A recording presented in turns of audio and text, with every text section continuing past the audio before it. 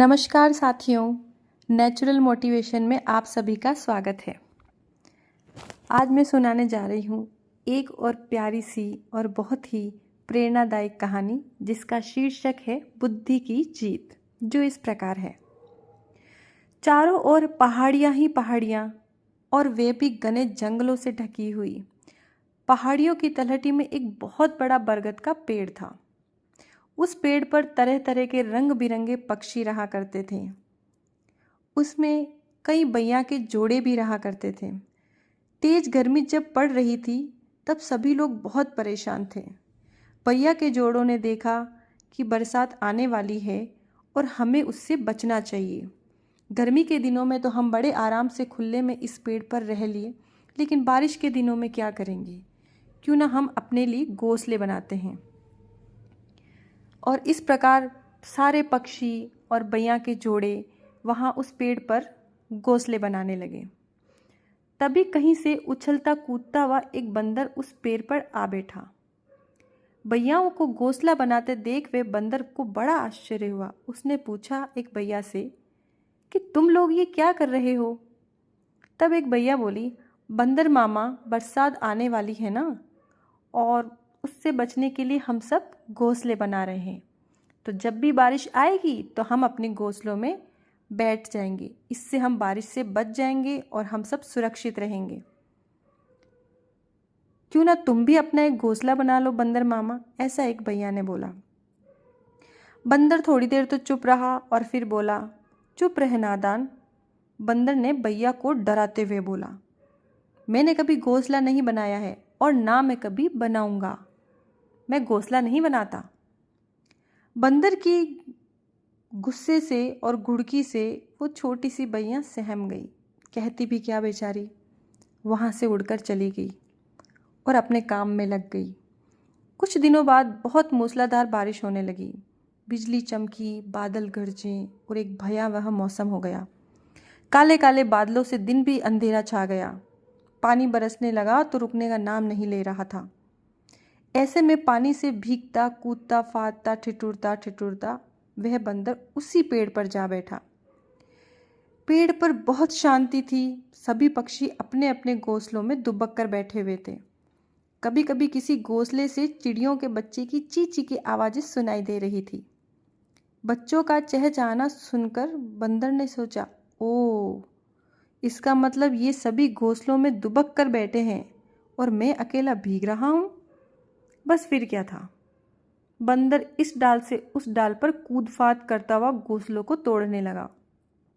चिड़ियाँ त्रस्त हो गई, परेशान हो गई। वे अपने बच्चों के साथ पतली डालियों पर बैठ गई। बैया भी घोंसला छोड़कर बाहर निकल आई। तोते भी कोटरों में से बाहर निकल आए। सोन चिड़ैया ट्यूं ट्यूं करने लगी। कुछ अंडे भी फूट गए, कुछ घोंसले नीचे गिर गए और चारों तरफ त्राही त्राही हो गई। उन पक्षियों के लिए तो ऐसा था जैसे कोई भूकंप आया हो। बंदर अपनी मन की करके बहुत खुश हो रहा था। वे आंखें मिचमिचाता, हुक हुक करता और कूदता रहता। बेचारे पक्षी परेशान हो गए और चुपचाप बैठे थे। बंदर की ठिठाई से मन ही मन जल भुन रहे थे। बंदर बहुत शक्तिशाली था, नटखट था, बड़ा भी था। अब उससे कौन लड़े, कौन समझाए? बैया से रहा नहीं गया। वे उड़कर सभी पक्षियों के पास पहुंची और उसने सभी पक्षियों को कहा, मैं बताती हूँ इस बंदर को, तो मैं बात करती हूँ। यदि तरकीब काम आ गई तो वह भी हमेशा याद रखेगा। बाकी पक्षी बोले, नहीं नहीं, तुम क्या कहोगी उससे? तुम क्या करोगी उसके पास जाकर के? कहीं लेने का देने ना पड़ जाए। तुम्हारी योजना क्या है? फिर भैया बोली, अब क्या ही लेने के देने पड़ जाएंगे जब घोंसले टूट गए और हम बेघर हो गए। उसकी करनी में तो उसने कोई कसर छोड़ी ही नहीं। फिर भी उसे उसकी करतूत का मज़ा तो मैं ज़रूर चखा दूंगी। सच, क्या तुम ऐसा कर सकोगी? बाकी सभी पक्षियों ने बोला। भैया बोली, हाँ हाँ, क्यों नहीं, मैं कर सकती हूँ। ज़रूरी नहीं कि हमेशा बलवान ही जीते। जो बुद्धिमान होता है और अगर अपनी बुद्धि से कार्य करता है तो बुद्धि ही जीतती है। कहते हैं ना, बल से बड़ी बुद्धि होती है, और बुद्धि से जब काम लेते हैं तो बलशाली को चारों खाने चित कर देती है। तुमने खरगोश और शेर की कहानी नहीं सुनी क्या? तब पक्षी बोलते हाँ हाँ सुनी है सुनी है। तो बैया बोलती है बस अब क्या? मगर क्या तुम बंदर को सबक सिखा पाओगी? अगर सिखा सको तो हम सब तुम्हारे आभारी हैं और तुम्हारा साथ देंगे, ऐसा सभी पक्षियों ने कहा। बैया उड़कर बंदर के पास पहुंची और बोली, बंदर मामा राम राम। राम राम, कहो कैसी हो? ठीक हूँ मामा, आज तो बड़े खुश नज़र आ रहे हो मामा, क्या बात है? तब बंदर बोला, देखती नहीं आज मैंने सारे घोंसले तोड़ दिए।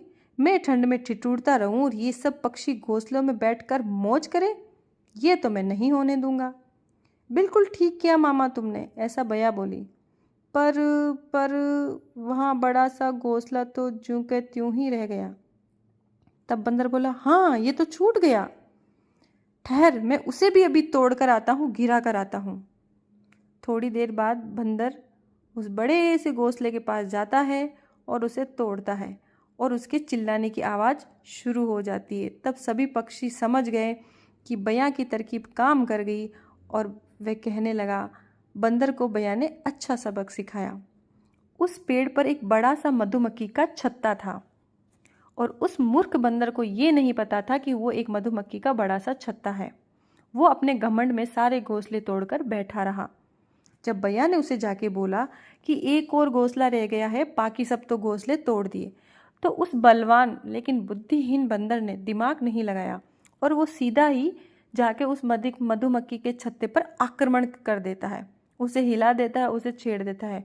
उसी समय सारी मधुमक्खियाँ अपना छत्ता छोड़ देती है और उस बंदर पर आक्रमण कर देती है और वो बंदर चिल्लाने लगता है। अब क्या? तो इससे सब समझ गए कि बैया ने जो तरकीब लगाई है वो सफल हुई है। इस कहानी से हमें यही शिक्षा मिलती है कि जैसा कि कहा गया है, कई कहानियाँ बोली गई है, शेर खरगोश वाली, बंदर और बैया वाली, कि बुद्धि और बल में से कौन शक्तिशाली है, तो बुद्धि और बल में से बुद्धि ही शक्तिशाली है। हम बुद्धि का उपयोग करके बड़े बड़े बलशालियों को भी हरा सकते हैं। इसीलिए हमें हमेशा अपने कार्यों को स्वविवेक से और बुद्धि के साथ करना चाहिए। धन्यवाद।